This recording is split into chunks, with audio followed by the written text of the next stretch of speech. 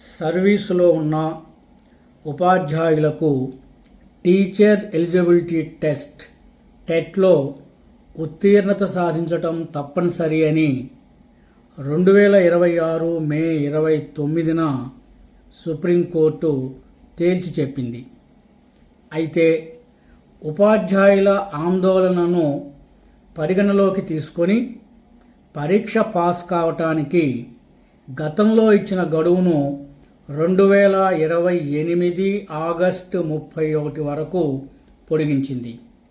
విద్యా హక్కు చట్టం ప్రాథమిక ఉద్దేశాన్ని, విద్యార్థుల భవిష్యత్తును దృష్టిలో ఉంచుకొని కోర్టు ఈ తీర్పును వెలువరించింది.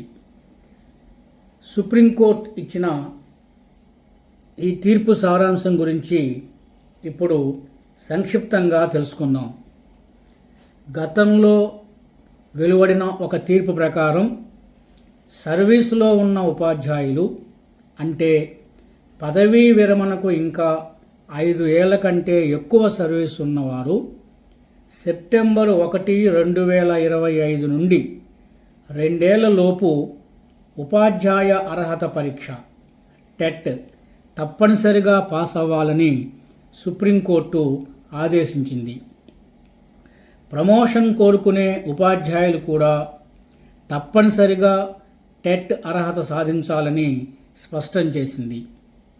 దీనిపై అభ్యంతరాలు వ్యక్తం చేస్తూ పలు రాష్ట్ర ప్రభుత్వాలు, ఉపాధ్యాయ సంఘాలు మరియు ఉపాధ్యాయులు విడివిడిగా సుప్రీంకోర్టులో పలు రివ్యూ పిటిషన్స్ దాఖలు చేశారు. వీటిలో ప్రధానంగా వారు వినిపించిన వాదనలు: విద్యా హక్కు చట్టం అమలులోకి రాకముందే తాము ఉద్యోగాల్లో చేరామని, ఇప్పుడు కొత్త నిబంధనలను రెట్రాస్పెక్టివ్గా, అంటే గత కాలం నుండి వర్తింపచేయటం సరికాదని వారు వాదించారు. సర్వీస్ మధ్యలో కొత్తగా టెట్ పాస్ అవ్వాలనే నిబంధన తీసుకురావటం తమ సర్వీస్ నిబంధనలకు విరుద్ధమని తెలిపారు. టెట్ సాధించడానికి కోర్టు ఇచ్చిన 2 ఏళ్ల సమయం చాలా తక్కువని, మరింత సమయం కావాలని కోర్టు దృష్టికి తీసుకువెళ్లారు. ఈ వాదనలను సుప్రీంకోర్టు సునిశితంగా పరిశీలించింది. రైట్ టు ఎడ్యుకేషన్ యాక్ట్లోని సెక్షన్ 23ని విశ్లేషించిన ధర్మాసనం ఈ వాదనలను తోసిపుచ్చింది.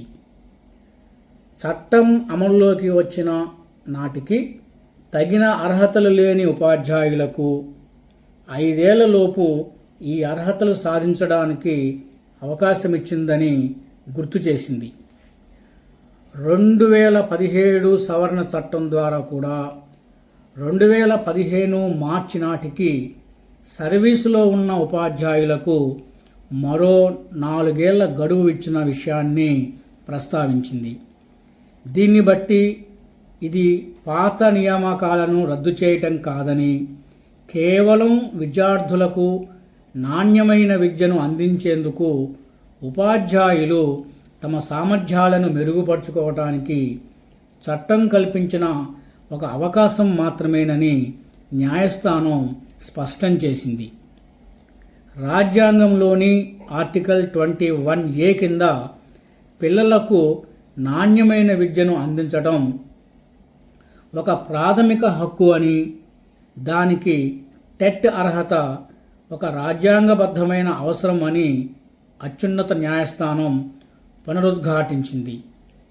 విద్యా హక్కు చట్టం కఠినంగా ఉన్నప్పటికీ ఉపాధ్యాయులు ఎదుర్కొంటున్న ఆచరణాత్మక ఇబ్బందులను న్యాయస్థానం మానవతా దృక్పథంతో అర్థం చేసుకుంది.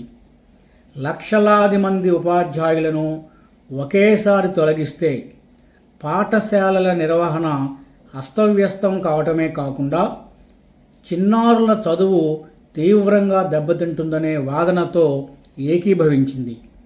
ఈ పరిస్థితిని నివారించడానికి రాజ్యాంగంలోని ఆర్టికల్ 142 కింద తనకున్న విశేషాధికారాన్ని ఉపయోగించి ఉపాధ్యాయులకు న్యాయస్థానం ఒక అవకాశం కల్పించింది. అవి ఒకటి, గడువు పెంపు. టెట్ పాస్ కావటానికి గతంలో ఇచ్చిన గడువును 3 సంవత్సరాలకు పొడిగించింది. అనగా ఉపాధ్యాయులు ఆగస్టు 31, 2028 నాటికి తప్పనిసరిగా టెట్ అర్హత సాధించాలి. 2, రాష్ట్రాలకు సూచన.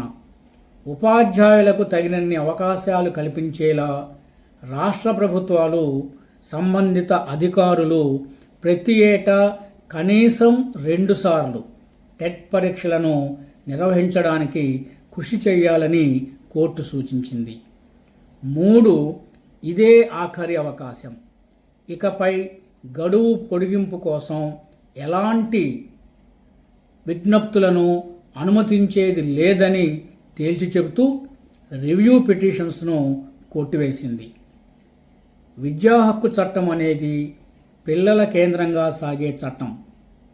ఉపాధ్యాయుల ఉద్యోగ భద్రత కోసం పిల్లల విద్యా భవిష్యత్తును పణంగా పెట్టలేము అని స్పష్టం చేస్తూ విద్యా వ్యవస్థలో జవాబుదారీతనాన్ని, నాణ్యతను అత్యున్నత న్యాయస్థానం నొక్కి చెప్పింది.